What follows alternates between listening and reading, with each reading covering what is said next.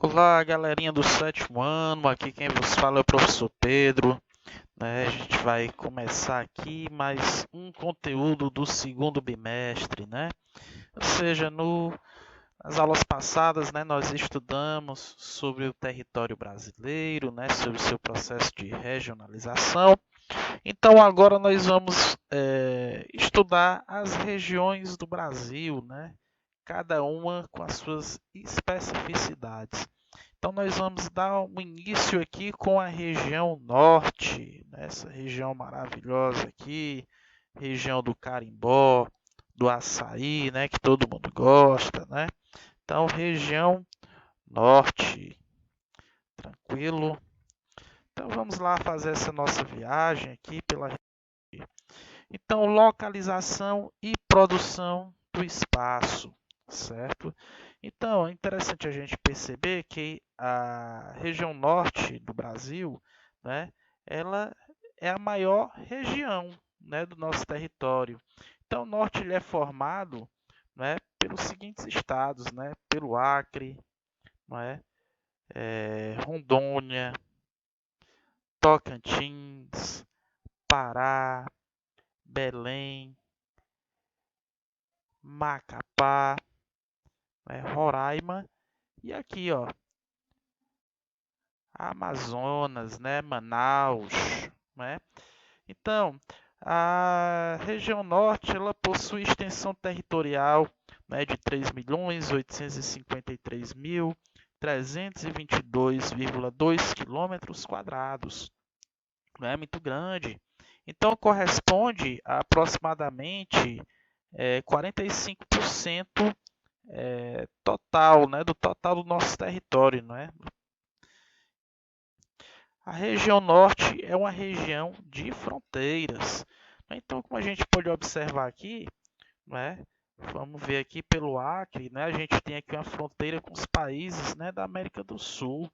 Né, que pelo Acre a gente tem o Peru, né, pertinho aqui, né, a gente tem a Bolívia, que também vai fazer fronteira, né, com Rondônia. A gente vai ter aqui Colômbia. No caso, a gente vai ter Manaus, né, região do Amazonas aqui, que vai fazer fronteira com a Colômbia, com a Venezuela, com a Guiana, com o Suriname e com a Guiana Francesa. Então, né, a região norte ela vai fazer fronteira com Bolívia, Peru, Colômbia, Venezuela, Guiana e Suriname, né, além do território da Guiana Francesa. Tranquilo? Então a região norte ela é o pulmão do Brasil, não é? A gente costuma dizer aqui também que a Amazônia, né, ela é o pulmão do mundo, mas a região norte é o pulmão do Brasil. Então a floresta amazônica ela vai cobrir, né, ela cobre a maioria do território dos estados que integram a região norte. A floresta amazônica ocupa então aproximadamente 80% de toda a região norte, além da floresta ocupar a maioria da região, abrange partes também de outros estados como Mato Grosso e Maranhão, e até em outros países da América do Sul, tais como Suriname, Colômbia e Peru. Então a região norte, né, do Brasil ela é cobiçada por todo mundo, pois comporta uma extensa floresta com grande riqueza de paisagens e recursos naturais ainda conservados. Então, isso aqui a gente pode pensar que a região amazônica é uma região que é rica em biodiversidade, né?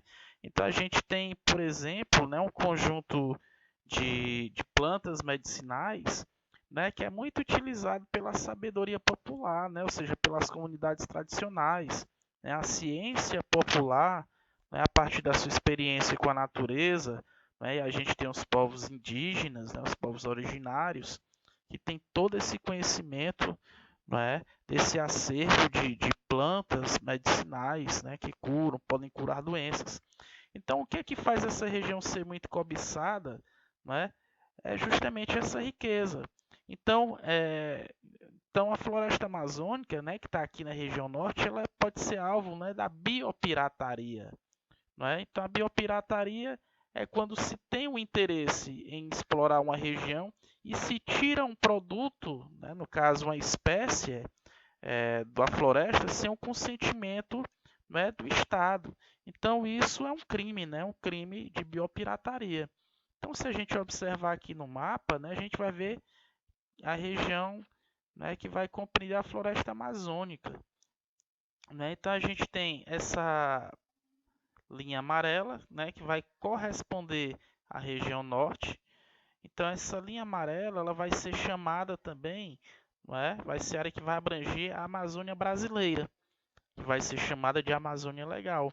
Então, essa outra parte que não é a Amazônia brasileira é chamada de Amazônia Internacional. Ocupação da região norte, ou seja, o processo de ocupação, processo de povoamento. Então, os primeiros habitantes da região norte, como no resto do Brasil, foram os indígenas, né, que compartilhavam uma diversificada, né, quantidade de tribos e aldeias do período pré-colombiano, ou seja, antes da chegada de Cristóvão Colombo na América. Né? Então, a gente tem aqui os povos originários, povos indígenas. Né? Então, até o século XVI, grande parte da região norte só era conhecida pelas expedições formadas pelos bandeirantes. Então, estes tinham como objetivo aprisionar indígenas para vendê-los como escravos nas zonas canavieiras, sobretudo na região Nordeste. Nessa época, a região recebia expedições da coroa portuguesa, conhecidas como entradas, que pretendia reconhecer o território e explorar as chamadas drogas do sertão. Já no século XVII, a gente vai ter a presença dos jesuítas. Né?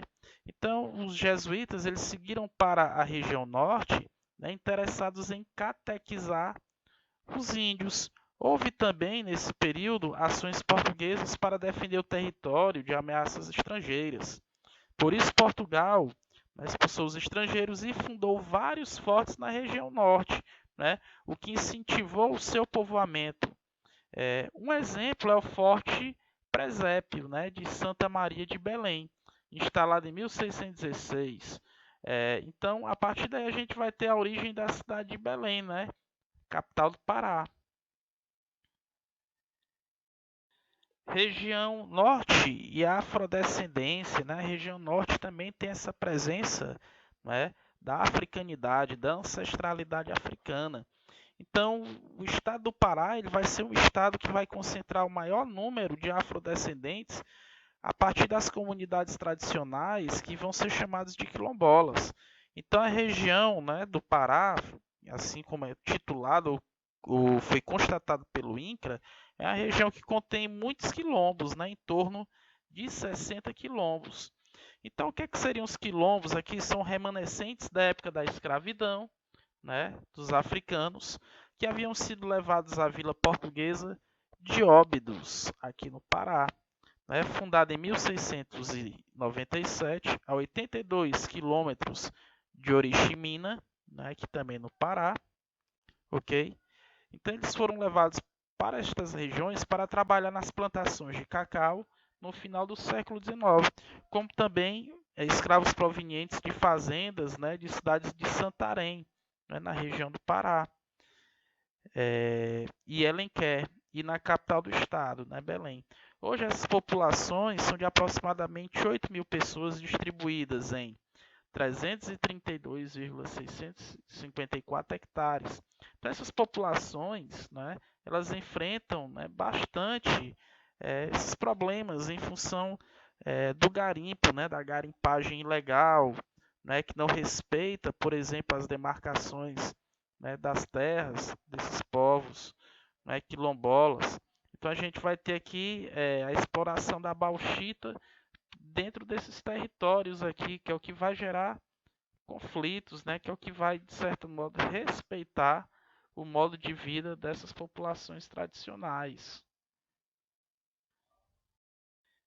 processo de ocupação, né? A gente vai identificar aqui também uma outra perspectiva aqui dentro do processo de povoação, de povoamento aqui do Pará. Então, no fim do século XIX, a ocupação do interior da Amazônia foi incentivada pela exploração do látex, né, matéria-prima da borracha natural, impulsionada pela grande procura desse produto no mercado internacional, né, o mercado de pneus. A região atraiu grande contingente de imigrantes, principalmente nordestinos. A gente tem aqui a presença, né, de cearenses, né, foi bem marcante, né, para o trabalho da extração dessa importante matéria-prima. Então aqui vai ser chamado o ciclo da borracha, né? Nesse período, a fábrica, né, da Ford se instalou também na região norte, né? Então a gente tem aqui o exemplo dos soldados da borracha, né, que extraíam, né, esse elemento aqui, que é o látex, né, que faz esse corte nessa planta, que é a seringueira, gera esse produto que é o que vai dar liga para a confecção da borracha. Também no século, entre os séculos, final do século XIX e século XX, centenas de imigrantes, né, japoneses instalaram-se principalmente no Pará, entre as cidades de Belém e Bragança, né, na chamada região Bragantina. Esses grupos ali fundaram a colônia agrícola, né, Tomé Açu, e iniciaram o cultivo, né, de pimenta do reino, né, a chamada também agricultura comercial. E outros grupos de japoneses também fixaram-se no Amapá, e às margens do rio Amazonas, onde se dedicaram à plantação de juta, né? A juta é uma fibra cultivada, né, na várzea, né, perto dos rios. Tá aqui, não é essa fibrazinha aqui, né, tipo uma raiz. Então a gente tem esse documento aqui, né, que demonstra a presença japonesa, né, a migração japonesa na região norte do país. Povoamento recente, né? Então a ocupação da região norte inicia-se ao longo dos rios, né? Concentrou povoamento nas margens, né? Do rio Amazonas, né? Formando as chamadas populações ribeirinhas. Lembrando que a região norte é uma região também de grandes vazios demográficos, né? Região grande, mas pouco povoada. Então houve sempre o interesse, né, de levar grupos, né, ou levas de contingentes humanos para gerar um processo de povoamento nessa região. Então, a partir da década de 1970, né, vão ter construções de rodovias, como a Belém-Brasília, né, a Transamazônica, Cuiabá-Santarém e a Marechal Rondon. Então, esse processo ele facilitou, né, a interiorização, né, da região amazônica. Então, a gente tem aqui estradas que foram passadas no meio da floresta, né? Geraram assim determinados impactos para o meio ambiente, como também socioambientais, né? Porque em torno desse espaço existiam vários grupos indígenas que, com a presença de maquinários, né, com a presença do homem branco, né, gerou determinados impactos, né? Aqui a gente tem a Transamazônica, né? Acabada Transamazônica, que aqui a gente tem, né, um reflexo dela, que a gente tem um mapa da Transamazônica, também chamada BR-230. Então a rodovia Transamazônica ela é a terceira maior rodovia do Brasil, né, com 4,223 quilômetros de comprimento. Né, liga a cidade, né, de Cabedelo, na Paraíba, a Lábrea, no Amazonas, cortando 7 estados brasileiros, né? Paraíba, Ceará, Piauí, Maranhão, Tocantins, Pará e Amazonas. Então, a Transamazônica foi uma obra, né, dita faraônica do período do regime militar, né? Então, como a gente já viu, ela é a terceira maior rodovia do Brasil em termos de extensão, corta esses 7 estados. Parte dela, né, não é asfaltada, a gente viu ali naquela imagem. É uma obra que, do ponto de vista da utilização dos recursos públicos, deixou a desejar. Né? Então, a gente pode dizer que ela é uma rodovia transversal, né? Corta o Brasil no sentido leste-oeste, né, uma rodovia transversal. Na verdade, o plano era ocupar, né, gerar o processo de interiorização, ocupar a região norte. Não, o plano era dos governantes na época, né, ou seja, no caso era o regime militar. O plano era assentar as pessoas, os trabalhadores que basicamente vinham da região nordeste, né, ou de outras regiões do Brasil. O plano era assentar as pessoas ao longo da rodovia, né, queriam viver é, em espécies de agrovilas, né, construídas mais ou menos a cada 10 quilômetros aí na rodovia. Então, cada família receberia um pedaço de terra, uma gleba de 100 hectares, além de um salário mínimo por um tempo determinado. Não é? A condição seria, né, eles teriam que transformar a floresta, essa parte habitada aí da floresta, em terras agrícolas, né, já que eles iriam estar aí assentados na forma de agrovilas, né? Então, não se pensou, na verdade, em relação a isso, na questão ambiental, pois é preciso a gente entender que a camada fértil do solo, ela é bem sensível, ela é bem estreita. Então, com a falta de nutrientes, né, o solo aí vai se desgastar, né, ou já se desgastou. Então, sem a cobertura natural da floresta, a gente vai ter um processo, né, chamado erosão, que vai possibilitar o avanço, não é, do desgaste desse solo, vai fazer com que a terra ela fique infértil, né? Então a gente vai ter esses impactos ambientais, né? Então isso gerou de certo modo também problemas na Transamazônica. Outro ponto que a gente vai ter aqui é a ocupação no decorrer do século XX, né? Então o governo ofereceu incentivos fiscais para grandes projetos agropecuários, né?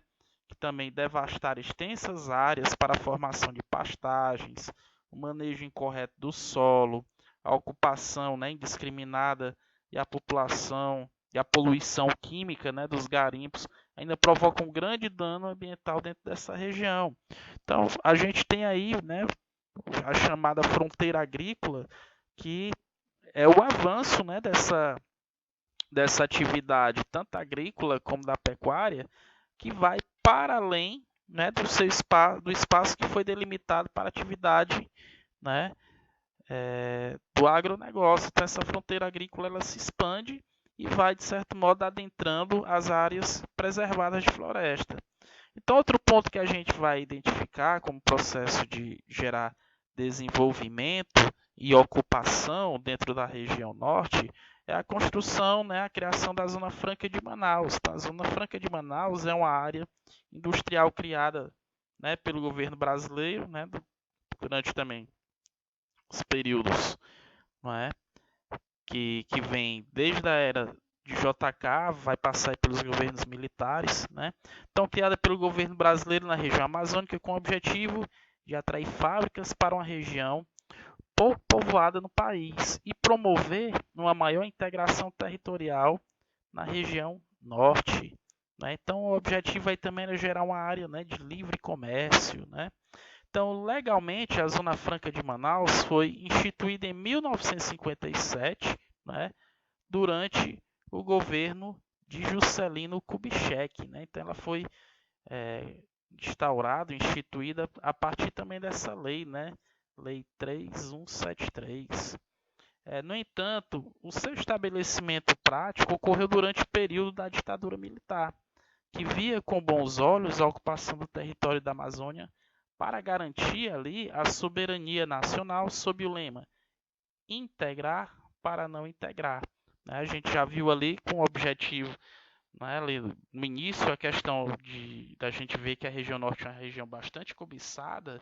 Então aqui os militares nesse período, né, todo questionamento se faz a ditadura militar, mas aqui você vê um discurso, né, de soberania nacional, de nacionalismo, de patriotismo, de proteger, né, esse bem que é a Amazônia, né, integrar para não entregar, né, ou seja, entregar para a mão estrangeira, né. Muito, então vamos lá, isso a gente pode questionar depois em relação à postura dos militares em relação há também a subserviência aos americanos, né, principalmente agora. A criação da Zona Franca de Manaus e sua posterior evolução propiciaram, além da ampla geração de empregos, uma grande concentração populacional em uma pequena área do estado, né? Antes, a capital do Amazonas possuía uma população equivalente a 28% de todo o território estadual, enquanto hoje, né, em virtude aí da Zona Franca de Manaus, esse montante já é superior a 50%. Tranquilo? Então a região norte, galerinha, é uma região também de muita tensão, né? Uma região com muitas desigualdades sociais, com muitos problemas também de concentração de renda, né? Problemas de concentração de terra, né? Então a gente vai ter uma região de conflitos, né? Então nesta região também ocorrem graves conflitos de terra, né, entre produtores rurais, né? A gente vai ter aqui a pressão por desmatamento, né? A gente vai ter aqui a questão indígena, né? Que a gente vai ter que ver que toda essa pressão por desmatamento, né, vai causar inúmeras mortes na região, né? A gente tem aqui, né, vendo os indígenas protestando. A gente tem aqui uma das grandes chacinas que ocorreram, né, em função dessa luta por reforma agrária, por distribuição de terra na região, né, que foi o massacre de Eldorado dos Carajás, né, no Pará, no ano de 1996. Então, aqui esses policiais, esses trabalhadores rurais sem terra, eles foram aqui, né, fuzilados por policiais que foram tomar posse de uma terra, né, no qual os trabalhadores foram ocupar ela com o objetivo de produzir, né, ou seja, se tinha uma terra ali que era improdutiva, um latifúndio, né, improdutivo, e aí esses trabalhadores foram ocupar para produzir, né, já que a reforma agrária ainda é um desejo neste país, né. Então a gente tem esses reflexos aqui de conflitos de terra. E em função desses conflitos de terra, a gente também tem a luta, né, pela preservação do meio ambiente, a luta pela garantia, né, da justiça social, pela distribuição de terras, pela reforma agrária.